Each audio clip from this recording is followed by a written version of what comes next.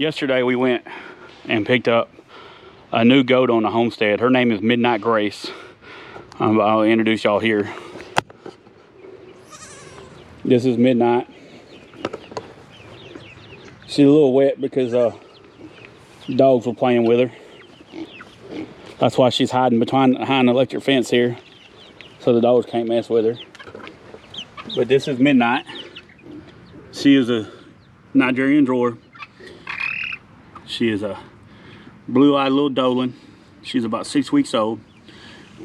She's been just budded. Well, she's eating grass and grain, but we're still supplementing a bottle morning and night. Y'all say hello to Midnight Grace. Yesterday we went and picked up a new doeling. Her name is Midnight Grace. We call her Midnight. She comes from some good genetic milking lines. It's one of the reasons we got her, but we also like to color that black and white.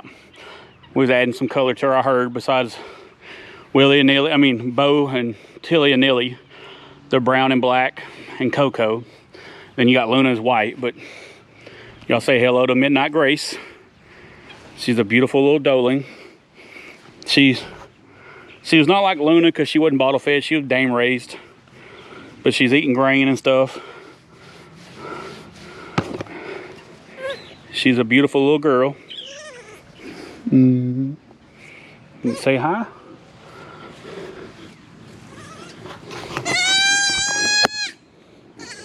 Y'all heard her yesterday in the video. She was dead the whole time. And of course, little Smokey. They always wanting food. And here comes Rip. It was the best thing I've done, moving the pigs out of where the chickens were.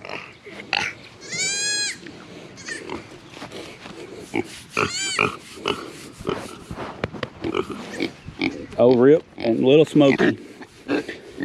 These kunekunes are so docile. They're sweet. Except when they're hungry. Rip like try to nibble on your toes. Thank you for following along. Here I was getting my jigsaw out so I could start notching the upright boards on the milking stand. Somebody was talking to me. What I did, I measured down from the top. I think it was 5 inches. And then from the bottom of the crossboard there up 2 inches. So it gave it like 12 inches or so that I'm notching out. And I already drew the line, making a circle and everything. And this jigsaw, it didn't really want to cut these 2x4s. Most of the plans I've seen online, told you to use a 1x4 for this. I wanted to use a 2x4. I just felt more comfortable using a 2x4. Here I was trying to find a different jigsaw blade because I thought maybe the jigsaw blade that was on my jigsaw was dull. But once I started cutting with it, I realized it wasn't the jigsaw blade. Even after I got a brand new one on, it still didn't work properly. I was fighting it. It really sucks that I lost this audio file. I don't know what happened to it. It never recorded any volume, audio during the whole process. So I really and truly do not know what happened. But I got the first one done right here, as you can see. And I'm talking to y'all, but I recorded this almost a week ago, so I don't know exactly what I was talking about. A lot of my videos are like 2 weeks behind on the recording.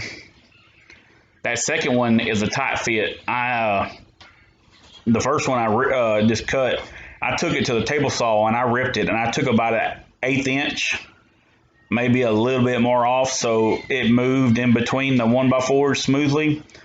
The one I'm working right now with the jigsaw is still a straight 2x4, so it is a tight fit getting it in and out. And that's the stationary one. It ain't going to move. So I didn't see why there was no reason not to leave it snug in there. So I didn't have any play.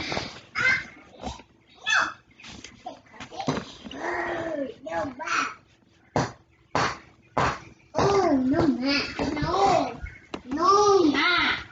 Here I'm putting a lot of my body weight into it to work. Like I was saying, that jigsaw didn't want to cut through a 2x4. I don't know if it's designed to cut through a 2x4.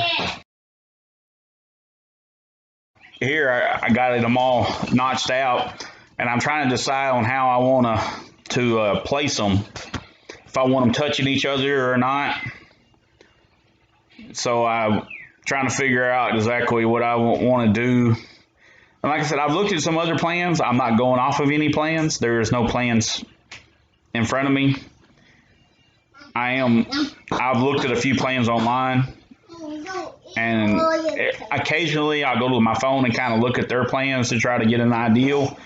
But everything I did here was all by feel, by my gut feel. You can see me, I moved the stationary one, I'm moving over. I decided to put everything in the center. And how I notched them out, I think I went over 1.5 inches on each side. So you got like 3-4 inches, so whatever it is. And it might be 2 inches or something like that. But you got a lot of play in there. And you'll see in a little bit, I stuck a goat up there and tried it out before I stuck everything permanently. And of course here I'm thinking. It's not always good that I think. I bought these extra feed pans. You see me pull one apart there. I bought them a while back to for all the goats and stuff, and it just so happened I haven't needed to use them yet. So it kind of worked out great that I had an extra one. Here I'm working on the bracket to mount that on the front.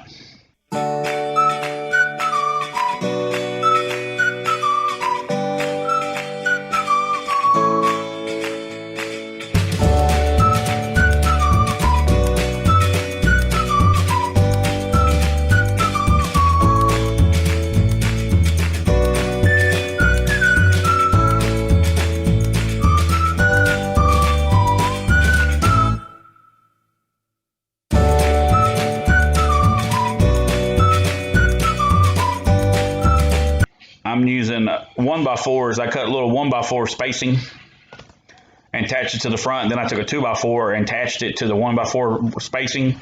So it gave me just like what, a 3/4 inch gap for that pan to fit into. Then I bolted that pan down to the front of it.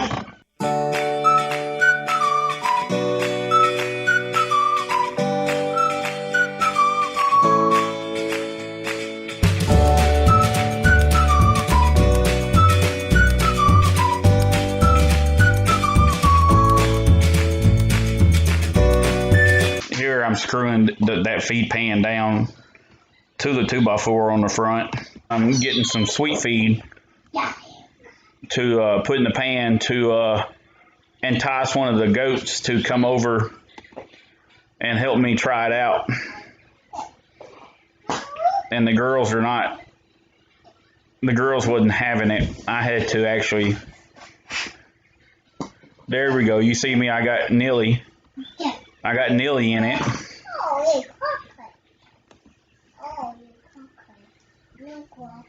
And everything works out fine.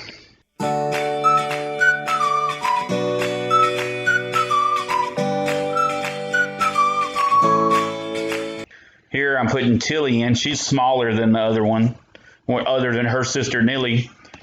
So I was trying her out in it. She's kind of skittish. She really does not like people.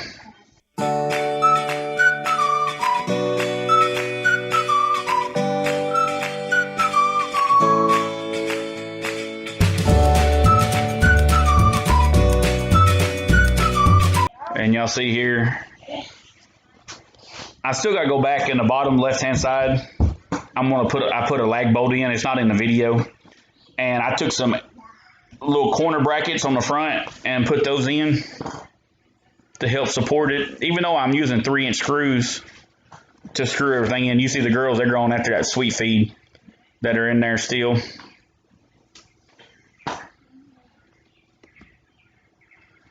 But I really like how it turned out. Here I picked up the camera and I'm doing a little walk around.